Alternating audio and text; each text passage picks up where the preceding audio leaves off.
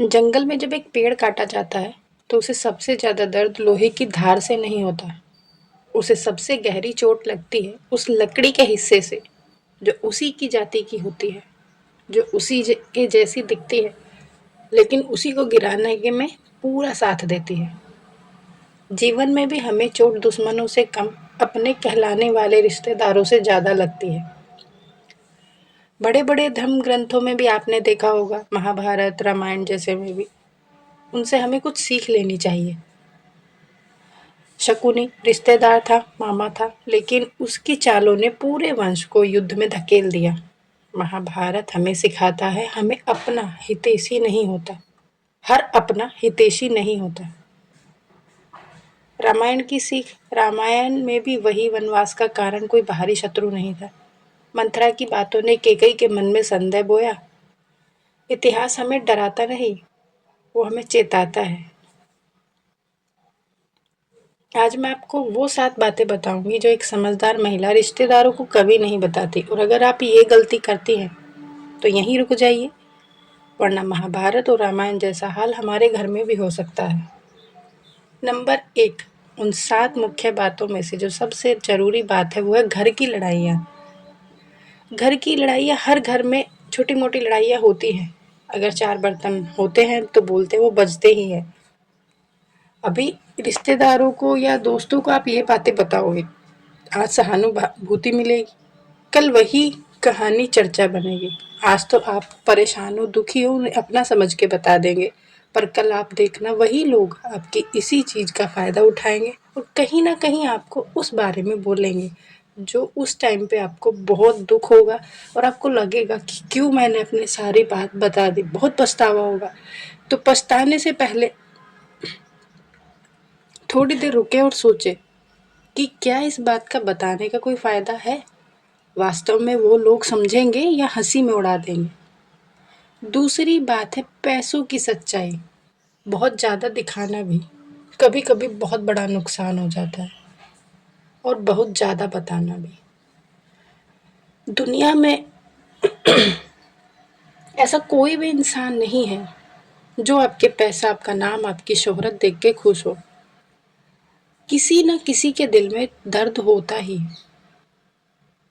और अगर आप मेरी तरह यूट्यूब पे वीडियो बनाती है तो इस चीज़ को आप इस यहाँ पे भी नोटिस कर सकती है।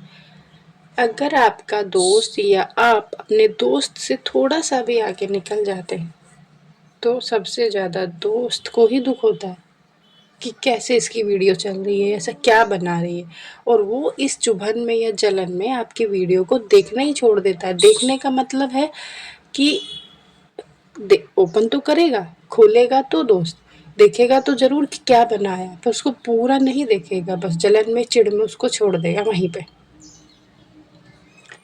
नंबर 3 है भविष्य की योजना। कुछ लोग दुआ नहीं देते, आपकी ऊर्जा खींच लेते हैं।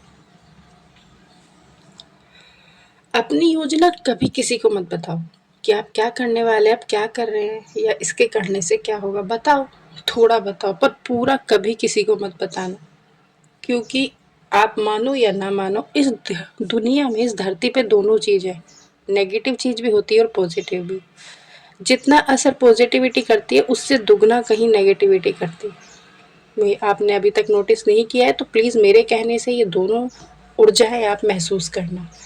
लोग दुआ देते हैं तो असर करती, लोग बददुआ भी देते हैं तो असर ही करती है, और वो कोई जान के नहीं देता। लोग बोलते हाय इसका तो चल रहा है, मेरा नहीं चल रहा है, बस वही काफ़ी होती है, नेगेटिविटी वही होती है। नंबर 4 है पति पत्नी के मतभेद। सम्मान बाहर नहीं फैलाया जाता। हर भगवान ने ये जोड़ा बनाया है तो हर जोड़े में थोड़ी बहुत कहा सुनी होती है। ये जोड़ा तो भगवान ने बनाया है। 20 साल माता पिता के साथ रहने के बाद हम एक अनजान पुरुष या अनजान स्त्री के साथ घर बसाते हैं अपना, तो वो इतना आसान नहीं होता सफ़र जितना हमें लगता है कि सब कुछ अच्छा होगा। उसमें कुछ अच्छी चीज़ भी होती है, कुछ बुरी भी होती है, कुछ लोग हैंडल कर लेते हैं, किसी पे नहीं होता। पर इसका मतलब ये नहीं है कि आप अपनी छोटी छोटी चीज़ें बाहर बताओ। जिस दिन घर से बाहर बातें गई आपकी, समझो आपका अपना रिश्ता चला गया। आप दोनों इंसान के अलावा कोई भी तीसरा बंदा ऐसा नहीं है जो आपकी ये परेशानी हल कर दे या दूर कर दे। दूसरों को बताना अपना प्यार, अपनी सेफ्टी दूर करना। नंबर 5 है मानसिक कमजोरी। दर्द शेयर करो, पर सही व्यक्ति के सामने। हर किसी को पकड़कर अपना दर्द नहीं बताना चाहिए, क्योंकि वही दर्द आगे चलकर कब आपको वापस मिल जाए दुगना होकर नहीं पता चलता। नंबर 6, हर बड़ी खुशी हर किसी के साथ सुरक्षित नहीं होती। आपकी खुशियाँ बस आपके पास सुरक्षित होती। आपको लगता है कि आपकी खुशी की बात है, आप किसी को बताओगे तो सामने वाला भी खुश होगा, नहीं, कहीं ना कहीं वो अंदर ही अंदर बहुत दुखी होगा, और जिससे क्या होता है, नेगेटिविटी फैलती है। आपकी खुशी में कहीं ना कहीं थोड़ी सी दरार आ जाती है। वो खुशी जिससे आप इतने खुश थे वो कहीं ना कहीं बदल जाती है, उससे थोड़ा दुख हो जाता है। तो खुश हम हैं, हमारी मेहनत से हमें खुशी मिलती है, तो उस खुशी को अपने तक सीमित रखें। हर रिश्तेदार तक बांटने की कोई ज़रूरत नहीं है जब तक वो खुशी मुकम्मल ना हो जाए। नंबर 7 है अपने राज। राज एक बार बाहर गया तो वो आपका नहीं रहा। किसी ने बहुत सोच समझकर इस बात को राज कहा है। अगर ये राज है तो फिर राज का मतलब है जो किसी को बताया ही ना जाए, अपने तक सीमित रखो। अगर ये इंसान में खूबी होती है, आप एक को बताओ वो दूसरे को, कितना भी आप मना करो वो बोलेगा मैं किसी को नहीं बताऊंगा, या बोलेगी मेरे तक ही रहेगा, पर ऐसा होता नहीं है। बात चलते चलते चलते चलते आपको तो पता नहीं होता कितने लोगों तक फैल जाती है।